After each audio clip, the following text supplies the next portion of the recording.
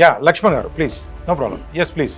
అంటే మొదటి రౌండ్ ఈ చర్చల సారాంశంలో ఒకటి తేలిందంటే కామన్ సమాన అవకాశాలు అందరికి కల్పిస్తే మెరిట్ అనేది ఏ ఒక్కరికి కూడా సొత్తు కాదు.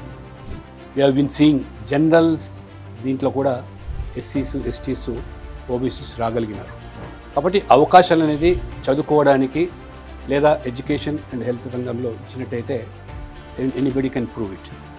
రెండోది పెద్దలు ఈశ్వరయ్య గారు చెప్పినట్టు ఒక అంశం 69% తమిళనాడు కామన్గా అంతటా కోట్ చేస్తున్నారు. బట్ మనం అర్థం చేసుకోవాల్సింది that is also under the scrutiny of judicial. సుప్రీంకోర్టులో అది కూడా ఇవాళ స్క్రూటినీలో ఉంది.